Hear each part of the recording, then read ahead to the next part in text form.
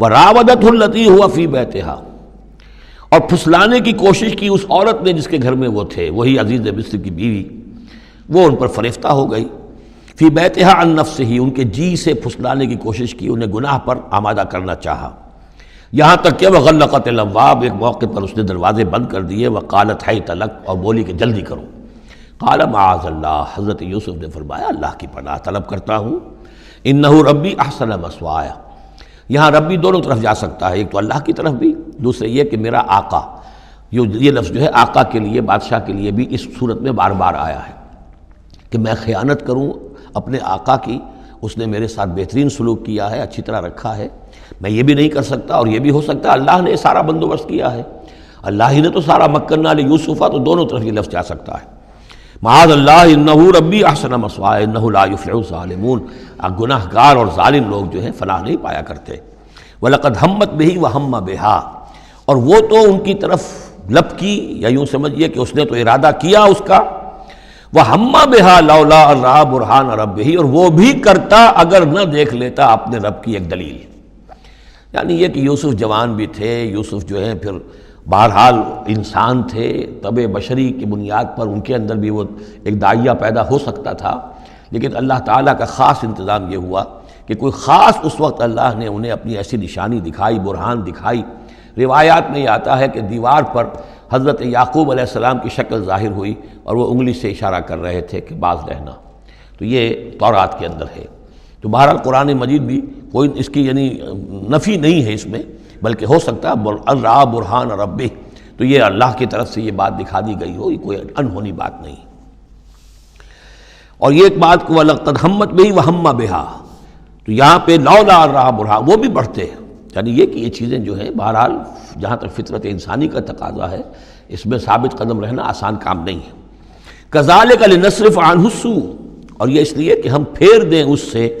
بدی کا رخ، والفحشاء، اور بے حیائی کا، ہم نے خاص اہتمام کیا حضرت یوسف علیہ السلام کی عفت و عصمت کی حفاظت کی۔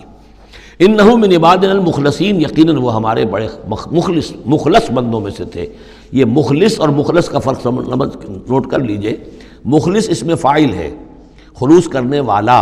اور مخلص وہ جس کو خالص کر لیا گیا ہو۔ اللہ کے مخلص بندے وہ ہیں جن کو اللہ نے اپنے لیے خالص کر لیا، تو یہ اللہ کے خاص بندے، چہیتے بندے مخلص ہیں جنہیں اللہ نے اپنے لیے خالص کر لیا ہے۔ واستبق الباب، وہ دونوں دوڑے دروازے کی طرف،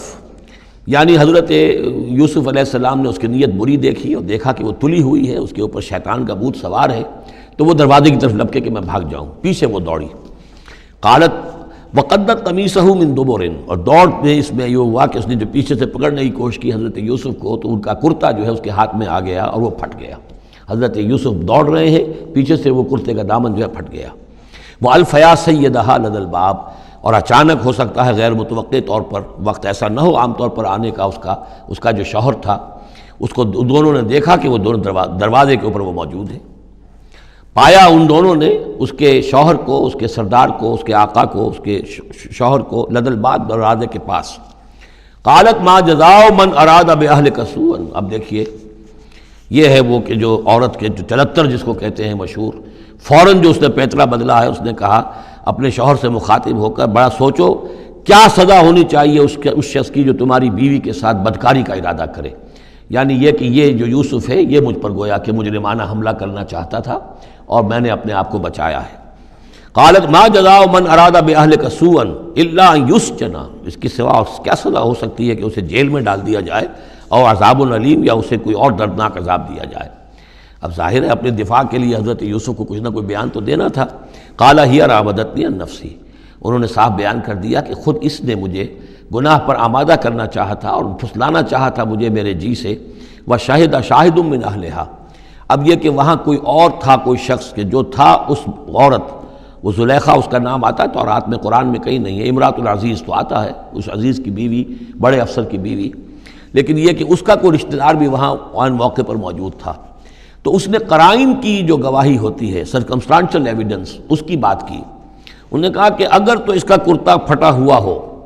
شاہد شاہد من اہلہا، اس عورت کے عزیزوں رشتہ داروں میں سے گواہی دینے والے نے ایک نے گواہی دی، اگر اس کا کرتا پھٹا ہوتا سامنے سے فصدقت، تو وہ سچی ہوتی، وہو من الکاذبین، اور یہ جھوٹا ہوتا۔ یعنی اگر کوئی مرد حملہ کر رہا ہے اور عورت اپنا تحفظ کر رہی ہے اور اس میں جو ہے کہیں کرتا پھٹتا ہے مرد کا، تو وہ سامنے کا حصہ پھٹے گا۔ وَإِن كَانَ قَمِيصُهُ قُدَّ مِن دُبُرٍ، اور اگر اس کی قمیص ہے پھٹی ہوئی پیچھے سے، فَكَذَبَتْ، تو وہ جھوٹی ہے، وَهُوَ مِنَ الصَّادِقِينَ، اور وہ سچا ہے۔ اب یہ بھی آپ دیجئے، کریڈٹ دیجئے بہرحال کہ اس کی عورت کے رشتہ داروں میں سے کسی نے اتنی عادلانہ بات کی ہے، اتنی حکیمانہ بات بھی کی ہے، عادلانہ بھی کی ہے اور حق کی بات کی ہے، تو معلوم ہوتا ہے کہ اس معاشرے کے اندر بھی جہاں بہت سی خرابیاں بھی تھیں، آگے آ جائیں گی وہ خرابیوں کا بھی ذکر ہے، لیکن یہ کہ بہرحال کچھ نہ کچھ اچھائیاں بھی تھیں۔ فلما رأى قميصه قد من دبر، جب اس نے دیکھا کہ قمیص تو پھٹی ہوئی ہے پیچھے سے، قال انه من کیدکن، تو اس نے کہا اس عزیز مصر نے اپنی بیوی سے کہ یہ تمہاری ہی چالوں میں سے ہے، فریب میں سے ہے، ان کیدکن عظیم، تم عورتوں کی چالیں جو ہیں اور تمہارے عورتوں کے جو فریب ہیں وہ بہت بڑے ہیں۔ یوسف اعرض عن ھذا، اب اس نے کہا یوسف ٹھیک ہے اس سے درگزر کرو، عن ھذا، اعرض عن ھذا واستغفری لذنبک، اور دیکھو تم اپنی بیوی سے مخاطب کو کہا تم اپنی گناہ کا استغفار کرو، توبہ کرو، انک کنت من الخاطئین، یقیناً تو ہی تھی خطا کار۔ وقالت نسوۃ فی المدینہ، اور کہا عورتوں نے شہر کے اندر، امرأۃ العزیز ہے، یہ ہے وہ عزیز کی بیوی، تراود فتاح عن نفسہ، وہ اپنے غلام کو پھسلا رہی ہے اور اس کو چاہتی ہے اسے گناہ پر آمادہ کرنا، قد شغفہا حبا، وہ اس کی محبت میں گرفتار ہو گئی ہے۔ انا لنراہا فی ضلال مبین، ہم دیکھتے ہیں وہ تو بڑی بھٹک گئی ہے اپنے غلام کے ساتھ یہ معاملہ، اور یہ تو بہت ہی گھٹیا بات ہے۔ فلما سمعت بمکرہن، جب اس نے امرأۃ العزیز نے سنی یہ باتیں میرے خلاف، اب یہ چرچے ہو رہے ہیں، تو اس نے چاہا کہ ان سب کا جو چونکہ اوپر کی سوسائٹی تھے وہ سارے کے سارے جو ہیں سوراخ تو سبھی کے ہاں تھے، گندگیاں ہر ایک کے ہاں تھی، لیکن یہ موقع مل گیا عورتوں کو کہنے کا، اسے معلوم تھا خود ان کے اپنے کردار کیسے کچھ ہیں، لیکن اس نے چاہا کہ اس کا بھانڈا جو ہے چوراہے کے اندر ان کے کردار کا بھی پھوڑ دیا جائے۔ ارسلت الیہن، تو ان سب کو بلوایا ایک دعوت میں، وآتت لہن متکئا، اور اہتمام کیا ایک مجلس کا، ایک ڈنر کا، اور اس میں یہ کہ سب جو متکئا جو